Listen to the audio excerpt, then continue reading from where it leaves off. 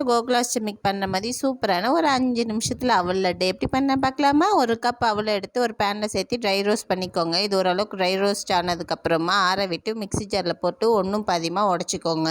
ஒரு cup அவலுக்கு 1 cup சர்க்கரைன்ற அளவுக்கு எடுத்துக்கலாங்க. இது ஒரு பேனில் போட்டு 1/4 கப் அளவுக்கு தண்ணியும் சேர்த்து சுகர் சிரப் மாதிரி பண்ணிக்கோங்க. பாகு வரக்கூடாது, ஜஸ்ட்டு சர்க்கரை கரைஞ்சால் மட்டும் போதுங்க. இதில் 1 ஸ்பூன் அளவுக்கு ஃபுட் கலர் சேர்த்திக்கோங்க. இதில் நம்ம எடுத்து வச்சுருக்க பவுடரையும் சேர்த்து நல்லா ஒரு 5 நிமிஷம் கலரிக்கோங்க. 1 ஸ்பூன் அளவுக்கு நெய் விட்டு ஓரளவுக்கு திக்கானோடனே அடுப்பை ஆஃப் பண்ணிடுங்க.